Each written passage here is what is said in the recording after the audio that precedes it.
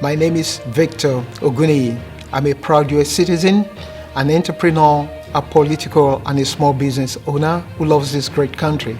I've been involved in an existential fight and challenge with United States government, and specifically with one of its agencies, the US Navy.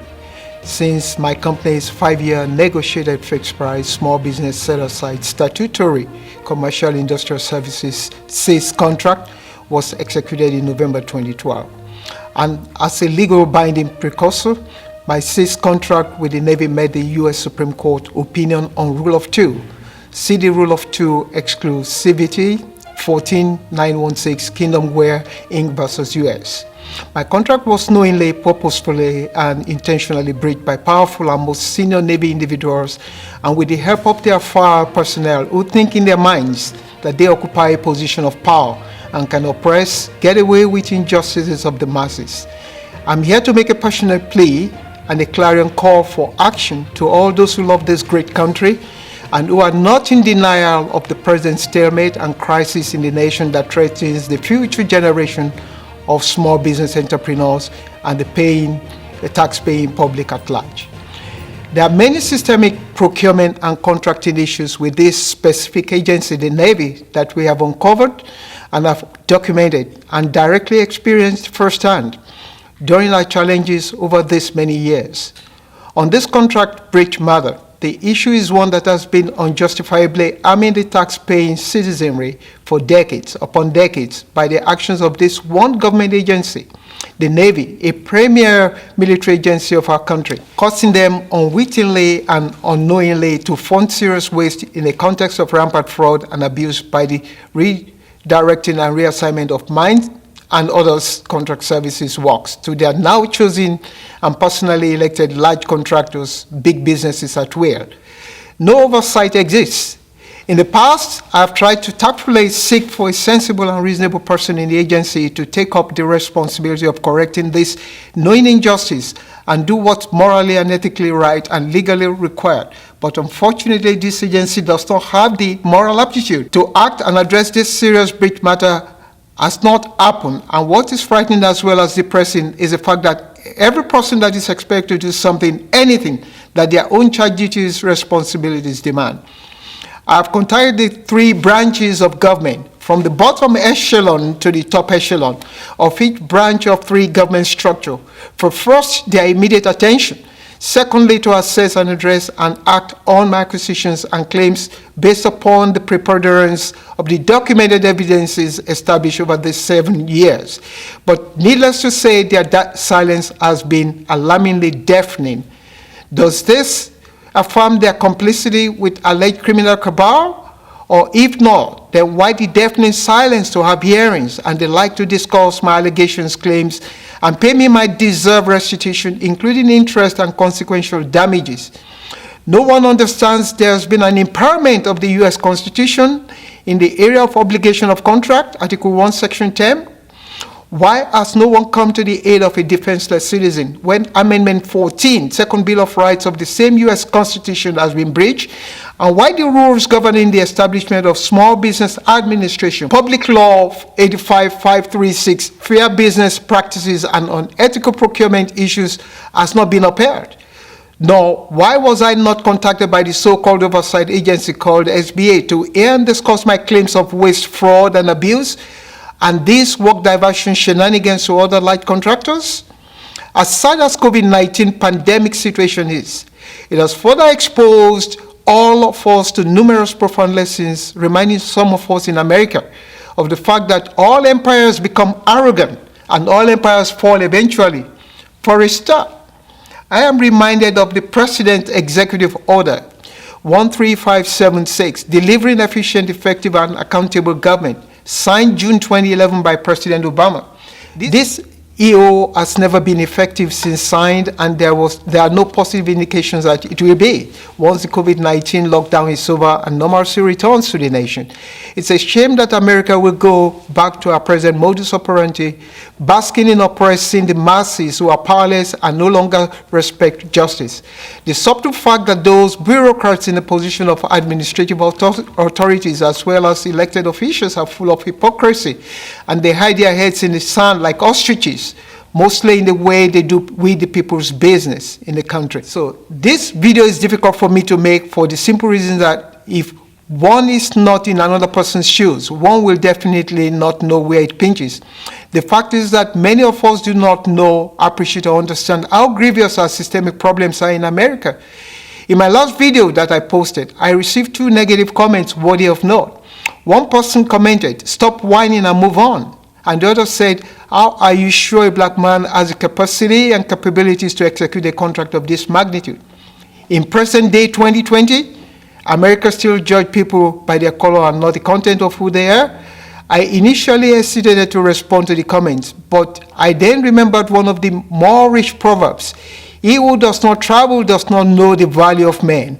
And another from the African proverbs: "The path is made by walking."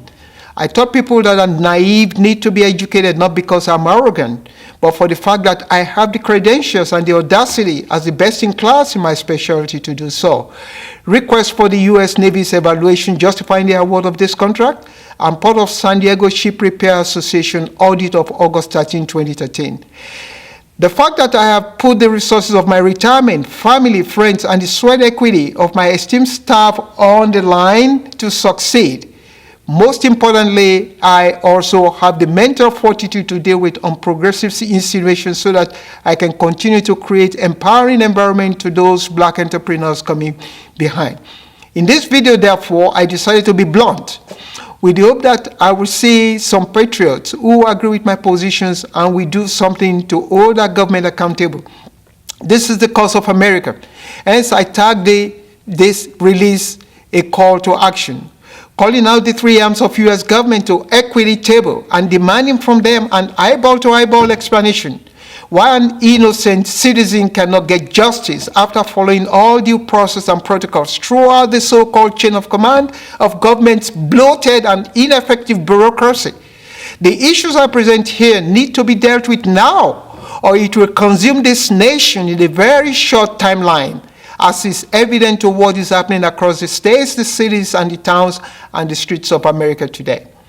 My story is similar to the story of the Bible, of King Ahab, represented by the big shipyards in San Diego, with the connivance of Jezebel, represented by the U.S. Navy, stealing Naboth's vineyard and killing him, represented by Comsol Global's best-in-class technology, to run him out of town. For first, he is an existential threat to exposing the decades-old status quo here in San Diego when it comes to the assignment and the direction or the reassignment and redirection of contractual assigned works from other existing SBO contractors as a result of the questionable actions by selected naval officials involved who are charged with the responsibilities in the proper and contractual assignment and the distribution of these specialty services works, and not to their preferred contractors of choice, irrespective of these selected contractors having no legal rights to these contracted works. My company's full executory contract of $100.7 million over 5 years was intentionally and illegally breached, and my company's $500,000 patent pending equipment hijacked by powerful competitors who had lost the bidding exercise in the first place. I was pushed out to become homeless in San Diego for fighting for my deserved federal business opportunity contract, with the hope that I will surrender and walk away. Yet everybody in the 3 arms of the government meant to stop the blatant corruption and misconduct are silent and simply look away, and all bureaucrats simply kick the proverbial can down the road. Now, I talk about the atrocities and deafening silence. The U.S. Navy.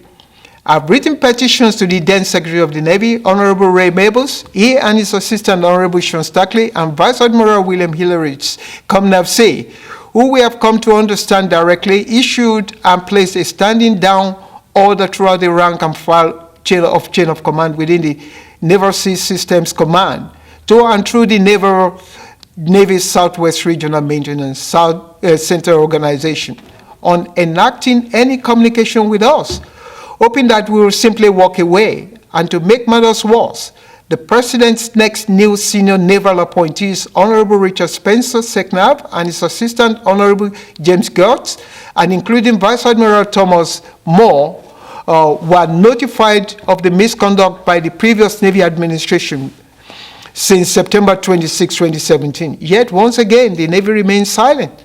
And now the recently new appointees, Honorable Kenneth Braithwaite and the Chief of Naval Staff, Admiral Mike Gilday and Vice Admiral Bill Galinis, the newly elected Commander of Sea, have now been notified of the same atrocities through their Twitter, Instagram, and Facebook accounts. And again today, there has been no response. Thus, no action to discuss and remedy our situation with the Navy. We have sought to engage the DoD, Navy Inspector General offices since 2014. None of these bureaucrats has fulfilled their responsibility to at least investigate reports of serious misconduct within the departments over which they exercise investigative authority. On the contrary, the Inspector General's office has remained silent, and also since my last letter to them dated August 14, 2017. Does any patriotic citizen then wonder why the Navy's criminal case against actions against Fat Leonards, against the biggest Navy scandal in the history of America happened? Where the ships are not maintained, thereby putting the lives of our fine sailors at risk, and there are cost overruns to the detriment of the taxpayers' purse. Due to this purposeful redirection and reassignment of other SBO contractors' works to the Navy's most costly contractors. This Fat Leonard scandal ensnared Navy admirals, captains, commanders, lower rank and file officers, contracting personnel, and even some Naval Criminal Investigative Services agents. And criminal indictment continues to occur in a routine basis here in San Diego, as written by the San Diego Union Tribune, May 30, 2018. Now, here is a question worth asking of the Navy's new echelon of leadership, officers and the civilian personnel within the Pentagon, the Department of Defense, and within the Navy's SWARMEC operations here in San Diego. And that is it the express purpose of the Navy and all of its subversive supporters, players, and surely those potentially guilty individuals in this yet-to-be exposed cabal to get rid of Mr. Victor Oguni, where one could say for the express purpose to prevent a renewed Fat Leonard scandal redo for being discovered and again exposed, once again to the embarrassing detriment of the Navy, where only the potential indictable players have only changed, and not the ongoing systemic problems within the Navy in how it handles the critical areas of procurement and contracting at the detriment of their employer, the tax-paying public. Now, U.S. court. Initially, our team made efforts to remedy and correct the intentional breach of contract through the Armed Services Board of Contracts Appeal under the Contract Dispute Act, 41 U.S. Code 7101 to 7109. The CDA due process was inconclusive due to the limitation of the Federal Court of Appeals Local Rule 83.1, that without specific legal representation for myself and my company, I was not allowed to proceed forward, even under the Federal Court of Appeals Local Rule 17, to get a fair hearing, to get a legal redress and justice. Hence, due process was abandoned. My team then tried to address the intentional breach of contract to the United States Court of Federal Claims as an informal properties pro se litigant under the Tucker Act 28, USC 1491. That process led my company through the Federal Court of Appeal. This time, the local rule 83.1 was redundant and ineffective. Our team's effort to seek justice got us to the U.S. Supreme Court, 166197 Oguni versus United States, where my team and I submitted a writ of certiorari on the only legal question for resolution to conclude the Tucker Act. After all technical questions and government lies presented within this legal precedents were and have been debunked and laid to rest by the federal court's ruling and final decision. The only remaining legal question requiring legal address from my legal journey through the United States court system was if Victor Oguni is in fact the third-party beneficiary, TPB, of his company. As silly and dubious as the last standing legal issue, And the question that remains is, the only legal obstacle standing in the way for final resolution and restitution for this small business and its fully executed and breached contract. Unfortunately, due to the limited number of cases reviewed by the Supreme Court, our writ was not considered by the court. Hence, justice was again denied. It's important to highlight that the award of these contracts and their lack of proper use and implementation is systemic, at least within the Navy. When I submitted a sample of 25 contracts in San Diego in 2013, only about 4 were being assigned any individual jobs. The remainder either had given up fighting for their specialty jobs, had gone out of business due to no work, refused to talk to us about their CIS contract, or telephone had been disconnected. The question remains, is America delusional, deceitful, or really serious about justice? And how does she establish pro se, self-representation, legal rules and protocols for those small business owners who do not have, nor cannot afford, a full-time attorney or any day-to-day legal matters when the legal system does not look kindly on individuals representing themselves within the judicial system via the courts? When any legal judgment for this individual is predetermined to legally fail. In January 2019, a highly respected federal judge, Honorable Judge Richard Posner, resigned his job, citing difficulty with his colleagues on injustices in our court system. He rolled out his vision and mission, holding our country to moral ethics, integrity, and causes. Hence initiated the Posner Center of Justice for Process. The reputable judge's vision for justice could not materialize as envisaged. He was probably unable to get to the first base of execution of his dream. What chances does ordinary citizen, a pro se, has in obtaining justice? Another lost opportunity to correct injustices of the masses. The U.S. DOJ, a letter dated October 31, 2017, addressed to the United States Attorney General, has remained unanswered. In my letter, I detailed the serious matters I have subjected to and have experienced for many years with the Navy, and the consequential and associated waste, fraud, and abuse that is apparently going on in the areas of procurement and contracting by the Navy's SWAMEC needs their investigative attention.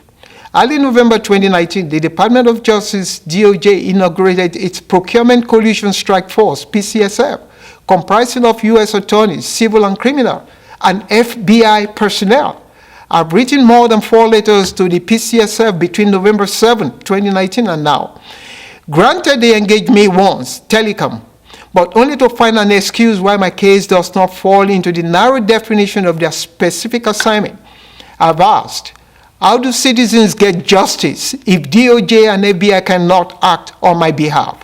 Why don't these 2 law enforcement agencies have a clue on who am I to forward or refer my case to within their agency? But the same DOJ and FBI can and will act very zealously and judiciously if they got any incriminating information on any Nigerian scammer, be it anywhere in the world, yet become paralyzed, immobile, and turn blind eyes to criminal domestic issues. What a joke. They will also be the first to make statements on the rule of law. What rule and what law? I ask the question. Does DOJ have a right to prosecute me for any offense if you cannot protect my constitutional rights? Now I come to U.S. congressional elected officials. Shortly, America will go into the polls to vote. While I repeat, I am apolitical, I question why I need to vote, since all our elected officials take the masses' votes for granted. And besides, when they get into the office, they are shielded by their office walls and meaningful addressing of work for we the people is never properly attended to. While important and significant issues of the masses are ignored and deflected, and our systemic problems of unnecessary waste, fraud, and abuse of the taxpayers' purse go unattended. Needless to state that we have been let down by the elected officials of our constituency many times. Now add another glaring example of factual evidences to our previous reports concerning me and a meeting with 2 of my California House representatives, whereby one, on November 22nd at the Foreign Affairs hearing on global human rights in San Diego, I had the opportunity of meeting both House Rep. Susan Davis and House Rep. Juan Varga in person. While it seemed Rep. Davis was very uncomfortable seeing me at the end of the meeting, and with me confronting her after I told her that she failed me and my company when my company was located and lived in her district. And she quickly referred me to House Rep. Vargas, whose district I now reside. I then held Rep. Vargas' hand to ensure that he was attentively listening to me as I related my journey and my 7-year fight with the Navy and the lack of support from California elected officials, including the senators. And when I ended my talk with him, his only response was that my story and my case against the Navy was never brought to his attention by his office staff. Really? My elected rep? I jokingly said all the staff whose employment is paid by taxpayers' money and who knew about my situation in his office should be not only reprimanded, but should be considered for discharge from further government-paid services if the statement is true. Thereafter, we forced ourselves to have a meeting with his chief of staff on February 6, 2020. But up till this present day, there has been no action taken. Mr. Joseph Lockhart, our CEO, also checked with his own House rep, Scott Peters, but he too has the same I don't care attitude.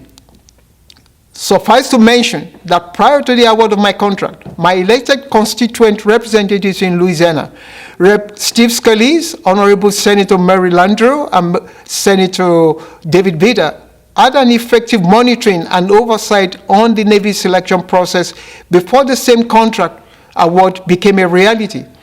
Since I owned an abandoned property in Louisiana, I have kept both the old and the newly elected officials, Honorable Senator John Kennedy, informed on my challenges with the Navy. With the persistent pressure on the current officials to act or be exposed to the public for complacency, Honorable John Kennedy finally replied me on 29th of June that he has now initiated an inquiry with the Navy Congressional Liaison. Rep. Steve Scalise, who has gone on to become the powerful House Republican whip, has abandoned we the poor masses and our cause. He remained silent and he remained incommunicado. The irony of my story is that all these officials tell stories of how their parents came from the idle class and struggled for them. You ask if they then have a short memory, or if a member of their families were in our position, will they remain silent? There are other issues and concerns that my team have raised to the congressional representatives of the United States. As a whole, they too have remained silent on oversight. Why should Navy keep silent on a contract won by a black-owned company, knowing that black business only generates less than 2% of U.S. business income? Where's the oversight on diversity and wealth creation? Why has there been no oversight on manipulated contractors' performance assessment reports, CPAs, managed by the Defense Contract Management Agency, including my CIS contract?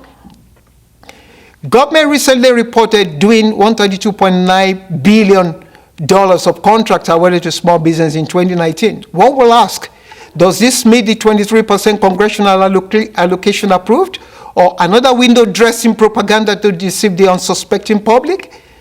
The recent COVID-19 Paycheck Protection Program, PPP loans, has also further revealed and exposed the insincerity of our government on small businesses.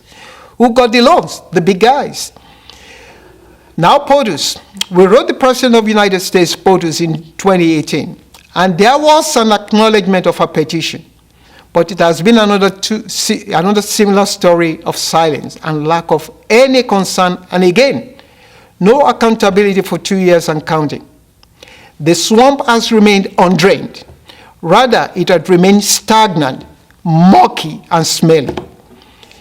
Conclusion, GoFundMe. Dear patriots, our own personal and direct contract experiences with the Navy and our undying commitment in our continually challenging this specific government agency over these 7 years have revealed many shortcomings. And as I have stated previously in my earlier remarks, anyone who may doubt what I'm representing now As fact need not look any further to the Navy's Pat Leonard scandal, where in the summer of 2017, after about 8 years of intensive investigations, culminated in the indictments and the prosecutions, the decommissions and the removal from active service and prison time for guilty as charged of many of Navy's most senior rank officer personnel and their supporting cast of fire service members who are complicit and part of this decade-long cabal in the specific areas of procurement and contracting. And if we do not rise up to challenge these many injustices of the masses, I've documented and recorded over these 7+ years, we will all be supporting and will be allowing criminality to thrive, and that will be the Trojan horse of America. In our case, we have now come to 2 conclusions. Either walk away or continue to challenge the government. For the first option, the government should not take a walk away as a win. Rather, they should be prepared for another confrontation from my yet unborn grandchildren, who will surely demand equity and justice from the records that will be made available to them, while those who failed America will live in pity and regret. For the second option to happen, let me state clearly that I am not destitute, but I'm appealing to you to support me in raising money to get a strong legal representation to break the silence of oppression. Integrity and transparency are the keys to our U.S. oath of allegiance. Otherwise, it will become meaningless, a farce to me and my future generation. Happy 2020, and God bless America.